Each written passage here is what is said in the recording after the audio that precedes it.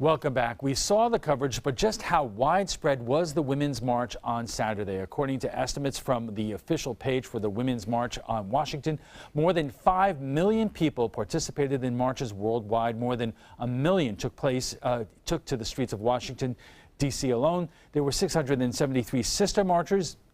18 of those were in Florida, including here in Sarasota. And joining us for more on the women's marches locally and across the nation is Jenny Casale of Action Together Suncoast. She was organizer for the march in Sarasota. Susan Nylon, who went up to Washington for the Women's March on Washington, and Rod Thompson, president of the Sarasota Republican Club. Thank you all for joining us today. First, how many people came out in Sarasota? We were expecting around 5,000, had pre-registered, and the counts are anywhere from 8,000 to 11,000. At one point, somebody said 30,000. I don't see that that was accurate. There were about 20,000 in St. Pete also. Right. But I think there were probably somewhere around 10,000 that showed up in Sarasota.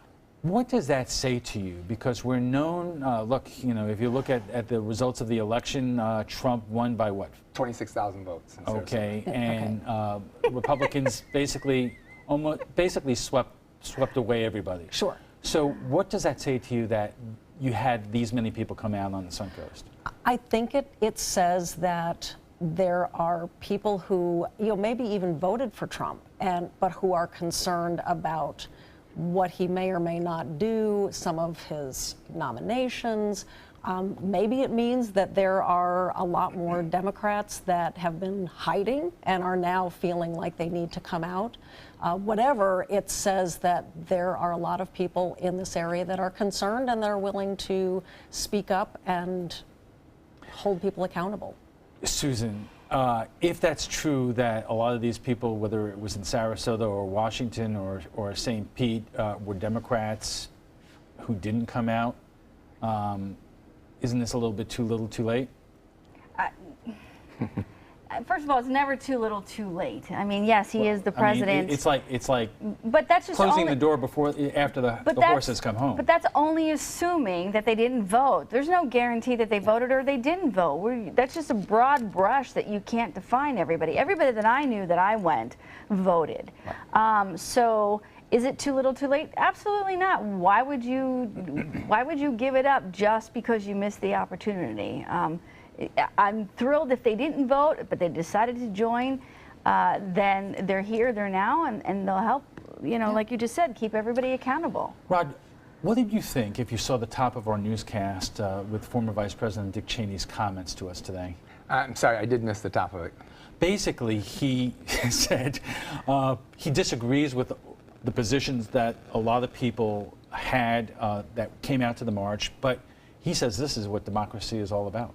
Sure. I think it's what freedom and liberties are all about. Democracy is all about the vote. But I don't know. It's possible I would disagree with Dick Cheney to a degree because I was really a little unsettled and disappointed and not happy about the fact that we had these protests planned before the man even got in office and was able to do anything. I want to get into the meat of what you're saying in the next block when we have a lot more time, because we only have less than a minute left. But the perception I have with a lot of my Republican friends is that their perception of these marches were these are just whiny Democrats. To a degree.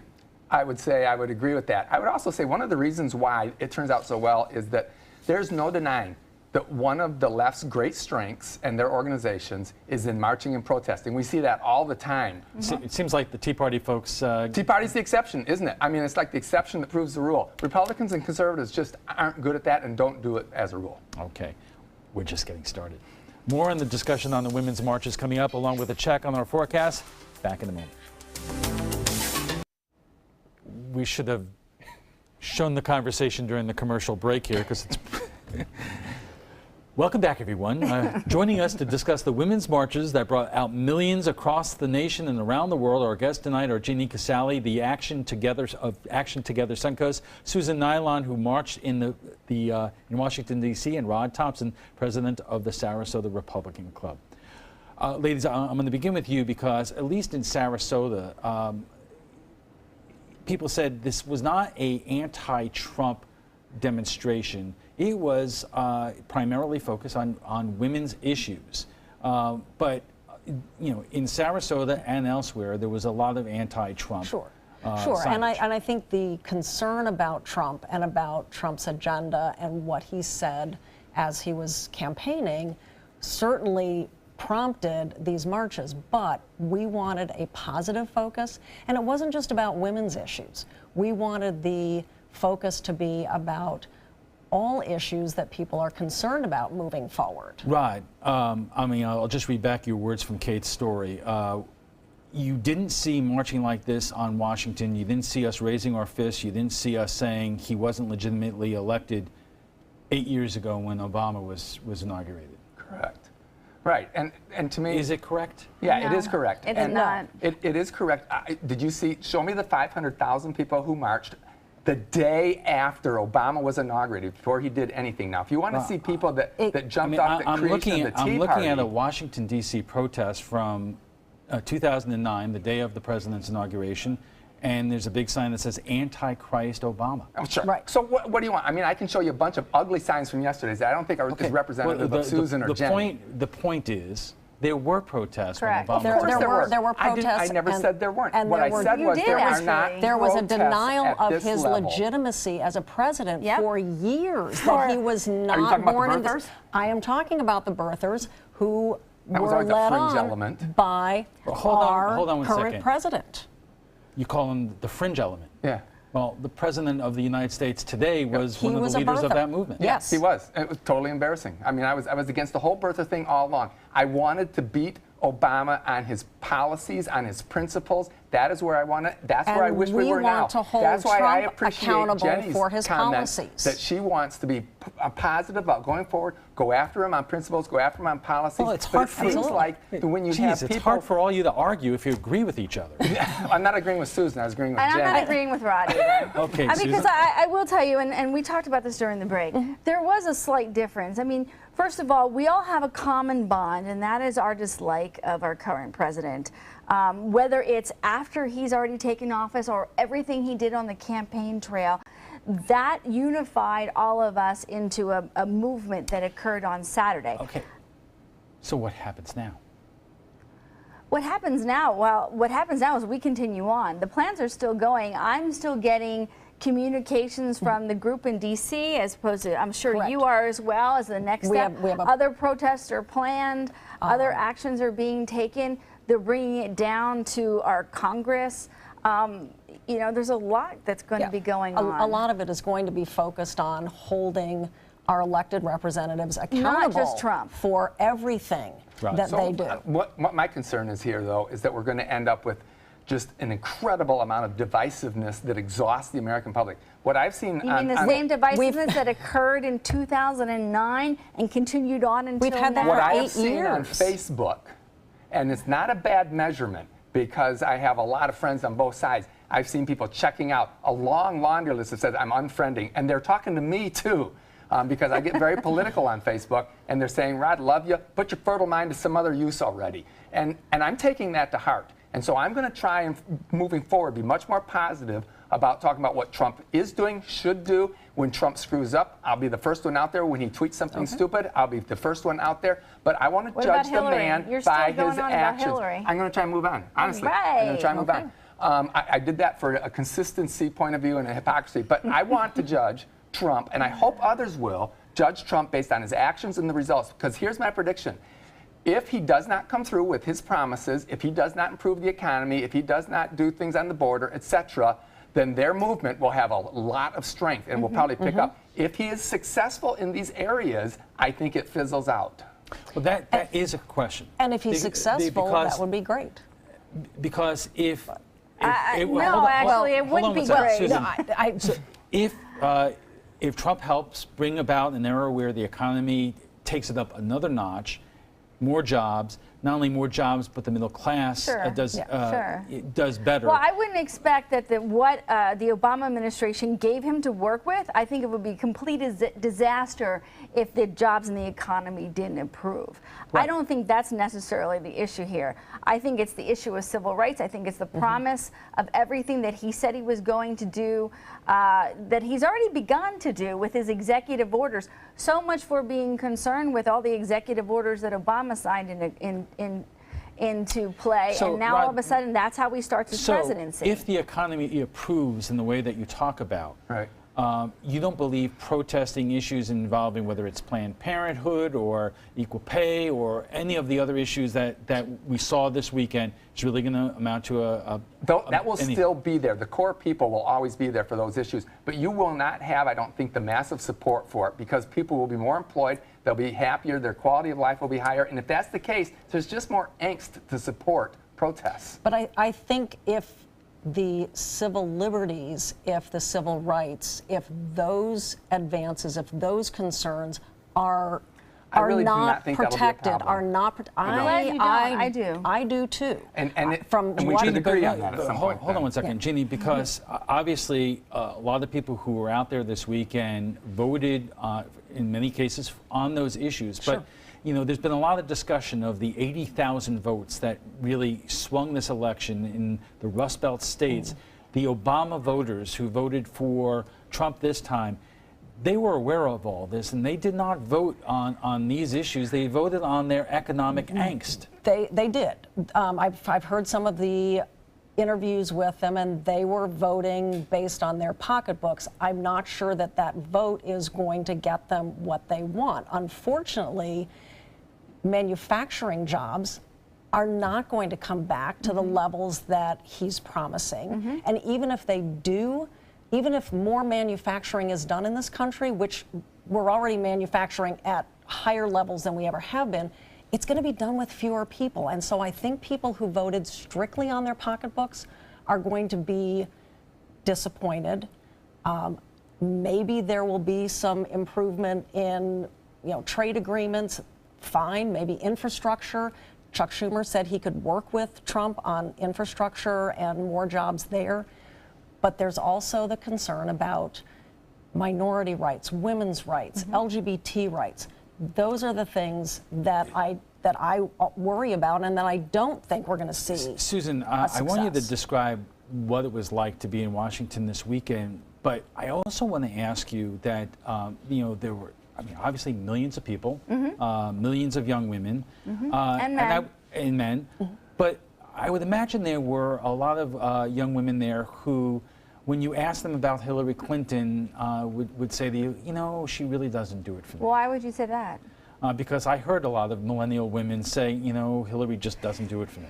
And kind of like what Rod said, we're kind of past that right now. We're not actually discussing it anymore. I guess the point is they're energized, they're out there now, but where were they in November? I don't know, Alan, you kind of throw this at me when I say I don't know where they were in November, but I don't know anyone who was there who wasn't there in November at the march. And again, even if they weren't there in November, they're there now, and that's what counts. So maybe it took a Trump presidency. Maybe a lot of them sat at home thinking that they wouldn't have to worry about it because somebody else is going to take care of it. Now we have less than 30 seconds, but I want to ask you whether this could, in your opinion, be the start of a re-energized Democratic Party. I definitely think it could because the Obama years have flattened the Democrat Party. Their losses across the country, from Senate to Congress to governorships to legislatures, has just decimated the party. They've got to restart, or there's going to have to be a whole other new party. This has to be, and this could be the momentum they need. Let's take a quick break, and when we return, we'll have final thoughts from our guests, plus what some of our viewers are saying about the inauguration of President Trump. We gave Susan the splitting headache. We did. Welcome back, everyone. It was a display of solidarity. Millions of people marched together for equality, including right here on the Sun Coast. How can this passion translate to policy? Our guests join us right now for final thoughts. Jeannie, Do you believe that something was born over the weekend that is going to have implications both on policy and maybe the next election? I do. I like to think that that energy can continue. I've been besieged with emails and comments about, where do we go from here? I do want to say that I was not the organizer of this march. I can't take credit for that. There was a whole group of us. Kathy Bryant kind of got it started. But I think if there's no other takeaway from this, for me, it's a couple of things. One is truth matters, facts matter. And I saw a lot of signs and I heard a lot of talking about we need to get back to facts. Facts about the environment, about health, about equality. Susan, I know I gave you a hard time. I think it was an impressive turnout over the weekend. There is no doubt about that. But again, the question becomes, were there people there who were not enthusiastic about the election, and what good can come of the rally that we saw in Washington and around the world? Well, I think I said it a little earlier. If they were not engaged before the election, they're engaged now, and that's what could come of it. It's the momentum that we pick up from this point on. And Rod, what would you tell your Republican friends and your loyal Republican supporters around here about the size of these demonstrations and the power that those demonstrations showed? I don't know if they did show that much power. I actually disagree with your summary that it was a display of unity. I thought it was a display of division. We had an election. My gosh, we had an incredibly long campaign, painful campaign. We had an election, it was over. We have a new president inaugurated. It's time to move on, and instead we're instantly back into this divisive campaign mode. What I would like to see us do is try and move forward to see what can get accomplished for the good of the country based on the results of the elections. One might say what's good for the goose is good for the gander. And that it's been pretty divisive the last 8 years. It has been. We're a divided country. There's no doubt about it. But give the president a chance. Look, we have a majority in the Senate, a big majority in Congress. There's the White House. Clearly, people have a preference at this moment. If the Republicans don't come through and screw up, then they're going to get kicked out of office. But I'll be just as tough on you. I mean, obviously Hillary won the vote by 3 million. Yeah, because we weren't gauging it on yards gained, we were gauging it by how many points were scored. So it's the Electoral College, not the vote. Okay. Trump's campaign would have been different if it was vote. But you have to look at both. Last word. But before we go, we want to share with you what some of our viewers are saying about Friday's topic, the inauguration of President Donald Trump. In a 16-minute speech, the 45th President of the United States shared his vision for the nation, vowing to put America first and return power to the people. We asked you what you thought of the transition. Cord Donovan writes, I think it's the best inauguration speech I have heard in my lifetime. It is awe-inspiring to hear a leader talk about putting America first. Let's see if I could get this name right. Gudrun Zaichi, sorry, but he writes, it is the law of the land called free speech. I have the right to opposing opinions without putting anyone who disagrees down.